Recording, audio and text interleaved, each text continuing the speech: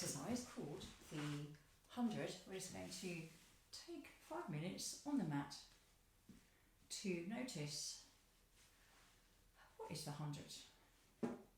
First exercise in the repertoire teaches us a lot about how we hold ourselves throughout the day.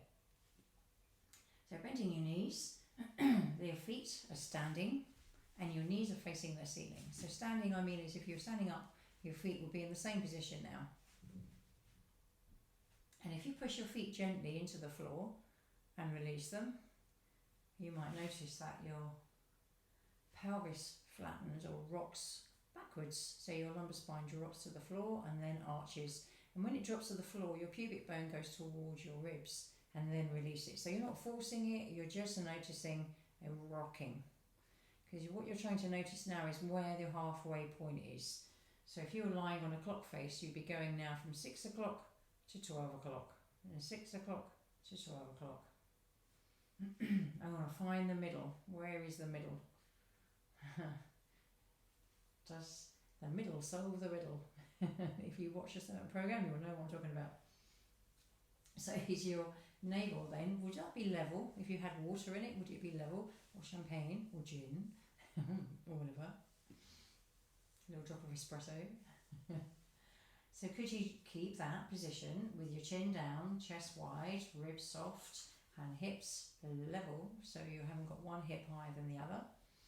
Could you keep all of those the same as you pick up 1 foot at a time, turn the palms down, lift the head, and lengthen with your fingers.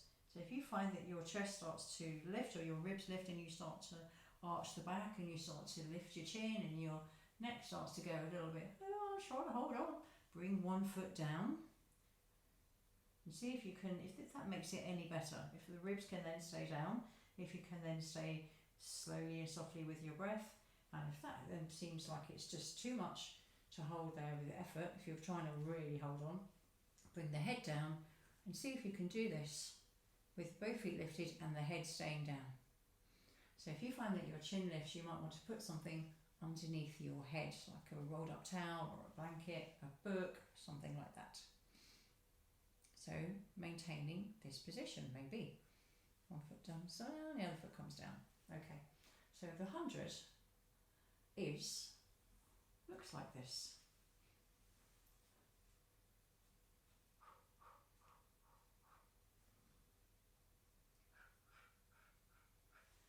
So 5 counts to breathe in, 5 counts to breathe out. That makes 10. Now I'm rubbish at maths and I can count just about, so I can manage to do that. And you do 10 of those. So breathing in and breathing out is 1 set of 10. So you're doing that 10 times.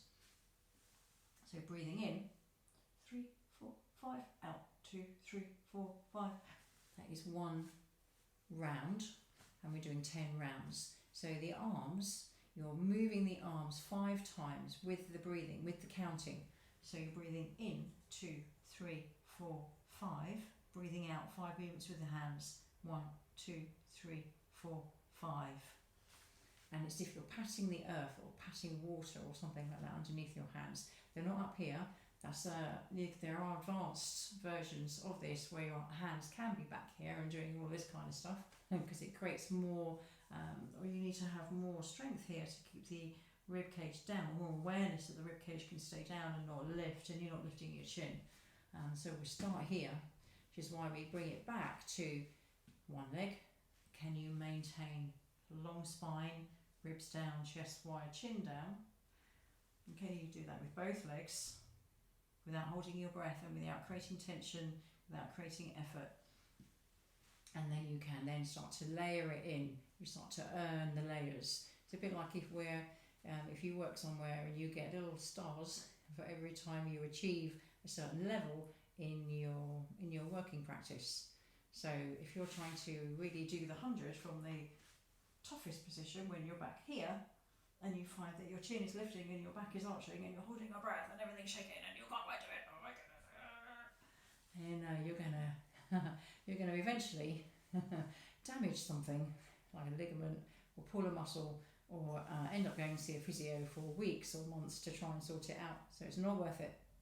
So earn the levels, yes. So that's where the fun is with Pilates, is earning the different levels. So, and it's progress. It's progressing. So I think we do have a little bit of a must do it now kind of culture, where we want to go into the hardest exercise because we want to have the results right now and not wait. So, but that's, you kind of lose a little bit of the journey there, don't you? And lose a little bit of yourself about understanding your body. So what are your ribs doing? What's your shoulders doing? What's your neck doing? What is your pelvis doing? Can you maintain alignment in a long spine as you lift the legs, lift the head? And can you maintain that breathing as well? So you're maintaining that breath, so you're not holding it, so you're not creating tension around here in your diaphragm, which will switch off other core muscles like the transverse abdominis, the rectus abdominis, pelvic floor. It might affect your pelvic floor, it will affect your pelvic floor, and also the multifidus. You always think about core being here, but think about the lower back as well. The multifidus, either side of your lumbar spine, is really thinking about it. Let's call it a core muscle as well. So having a tight diaphragm and holding your breath can switch that off, which means that it will destabilize your spine, which you don't really want when you're doing an exercise, because you're trying to do the exercise in order to strengthen your muscles in your spine.